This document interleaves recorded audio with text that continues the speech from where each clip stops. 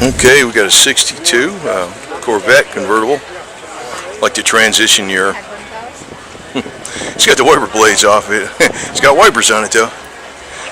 Gets little squirters up there. It's got a late model motor on it with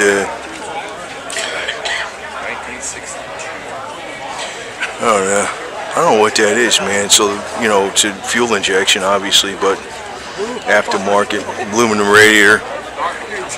I mean, this thing probably runs like a son of a bitch with that fuel injection. Aftermarket stuff, not OEM fuel injection. I like these transition year ones. The 62 had, you know, like the earlier style front end.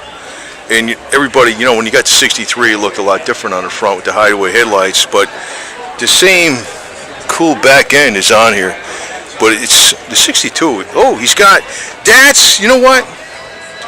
That's what I've been saying about on a lot of previous videos. A lot of people, this stock had 2 lights on each side, not 3. A lot of people put 3 lights on each side. And that was a custom thing. It's the first one I saw this show where that was done. And they would put the backup lights, I don't know, under the bumper or some garbage like that or something. It's got a real trunk in it. That's another thing with the 62. It's got a real trunk. I knew I was working with people that had body shops and they were doing custom stuff. And the guy I worked with a lot, he painted. He had his own body shop, and you know, sometimes his body shop was out of his van, but usually he had a body shop. But he painted the Corvettes for the Concours Corvette Club, amongst a bunch of other damn cars. You paint any damn thing. I think you can make money on collision work or whatever. But that was very popular to do that. Put that extra light in there. There's 2 on each side, not 3 on each side. That looks so much badass with the 3 lights, especially at night. You know?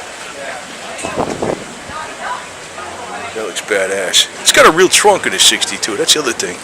I like the 62. Actually, those hideaway headlights are a pain in the ass. I'd rather, you know.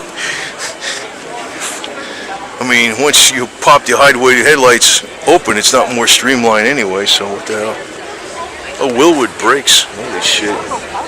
This guy's got money in this thing, man.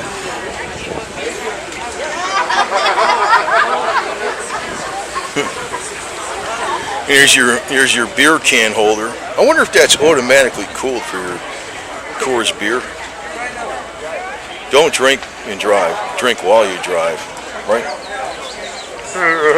I'm kidding, YouTube. Don't manually review me now. God, there's people out there. Actually, that's what we used to do. I used to have my 1969 Roadrunner convertible with the console in the middle, and filled up with ice with beers in it, and we'd be drinking. Hi. But back then, you know, if you're not swerving all over the road, they didn't test you for DUI. Nobody gave a crap. They didn't even wear seatbelts. I think I wore a seatbelt when I was doing 100 and something miles an hour. I think that was the only time I did wear them. I never wore seatbelts. There's only like 4 bolts that hold it on. That's cool, ain't it? Clumsy thing, you'd almost bend it over your knee, okay? Yeah. It really didn't stop anything. And I'm going to work one day going down. Alright, I just talked to the owner, and I just, you know, here's another thing. This is flare. I says, oh my God, it's another thing they used to do all the time with flare. He had M&H True slicks on it before, with the flare, 7-inch slicks, slicks, not cheater slicks, not street legal slicks, slicks. And look at the wheels, man. Those are bitchin' wheels, man. They look like knockoffs, but I love them, man. And of course, on the 62, you don't have the filler cap. Since you got a trunk, you got your filler cap here. You really have the trunk, you know.